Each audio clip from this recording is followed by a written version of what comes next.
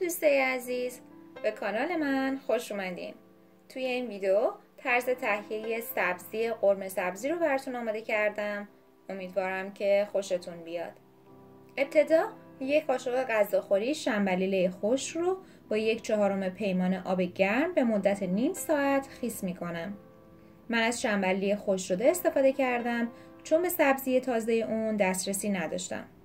حالا بقیه سبزی ها: 3 دسته جعفری، 2 دسته تره، 1 دسته گشنیز و 1 دسته اسفناج پاک کرده. شما میتونید با کمک یک چاقوی تیز سبزی ها رو با دست خرد کنید و یا اینکه از دستگاه غذاساز استفاده کرده و کار خودتون رو راحت کنید. فقط به این نکته توجه کنید که برای قرمه سبزی ها باید کاملا ریز ریز بشن و اگر در پروسه خرد کردن سبزی آب انداخت اصلا نگران نباشید، چون موقع سرخ کردن آب سبزی رو هم بهش اضافه میکنید و هیچ مشکلی پیش نمیاد.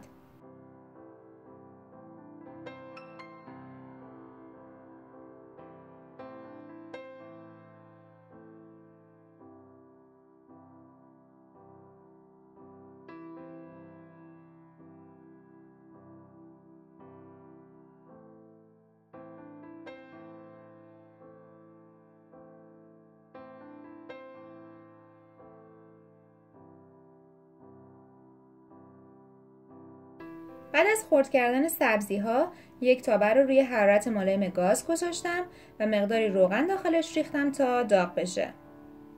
حالا سبزی ها رو به تابه اضافه می کنم و خوب تفت میدم تا کاملا سرخ بشن.